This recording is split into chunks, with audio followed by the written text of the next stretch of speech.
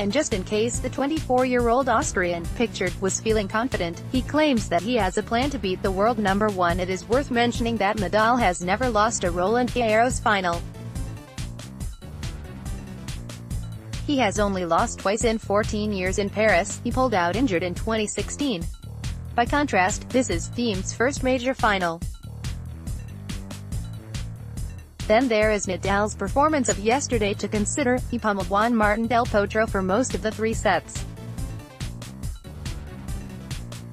When the Argentine had chances in the first, when Nadal's serve was stuttering, he either watched helplessly as they whisked away from him or missed with his normally trusty forehand.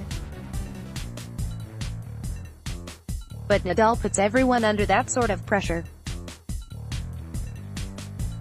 Del Potro had admitted before the match that the first set would be key. If he was to stand a chance against the king of Roland Garros, he had to get an early lead and then keep the pedal to the metal until the last ball. 3 clay court losses out of 3 and only 5 wins in 14 attempts overall had taught him that. The good news, before he stepped on court, that is, was that the huge man from Tandil was feeling fit. A groin injury picked up at the Italian Open a couple of weeks before the start of the French Open had settled down well and he felt ready for the fight. But then only 16 minutes into the opening set, Del Potro was wrong-footed by another thumping Nadal forehand and, turning sharply to try to lunge at the ball, the Argentine pulled up in pain. Clutching his left hip, it looked as if he had re-injured the same torn groin muscle. As he turned to his box, the look on his face was one of obvious pain but also resignation. He would not give in, but he knew his chance had gone. He kept fighting. He had 6 breakpoint chances in the first set, but all of them evaporated in the heat. Nadal was accelerating towards the final, and once the first set was over, Del Potro was never going to catch him. It was almost impossible to beat him, Del Potro said.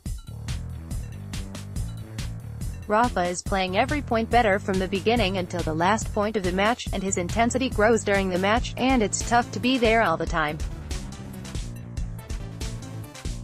I couldn't play my best because of him. His game is too good for me. Nadal ran Del Potro from corner to corner and then drop-shotted him. The gentleman Nadal did exactly what the sadist ordered against a man with a soft backhand and sore leg: make him run and try not to give him a sniff of a forehand. After 2 hours and 14 minutes, the tactic had earned the 10-time champion a place in the final. It was a good second and third set for me, of course, and a good hold in the first, Nadal said. Sunday is the day to give my best. It is the day to increase even a little bit more the level. If I play well in the final, I normally have my chances. If I don't play well, it will be almost impossible, because I play against a player that is going to play well.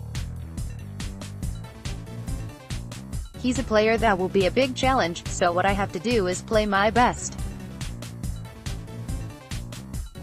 If I play my best, I believe that I can have my chance. Now it is up to Thiem to do the unthinkable and stop Nadal from lifting undecimo, the 11th, and good luck with that. Thiem, the world number 8, reached his first major final with a straight sets though anything but straightforward win over Marcus Echinato, the unseeded giant killer from Italy, 7-5, 7-6, 6-1. Nadal holds a 6-3 winning record over the Austrian, but it was Thiem who won their last match, clumping the world number 1 in straight sets in the Madrid quarterfinals. This, though, is very different. This is Nadal's second home, and this is the first time Thiem has been invited to visit on the final Sunday.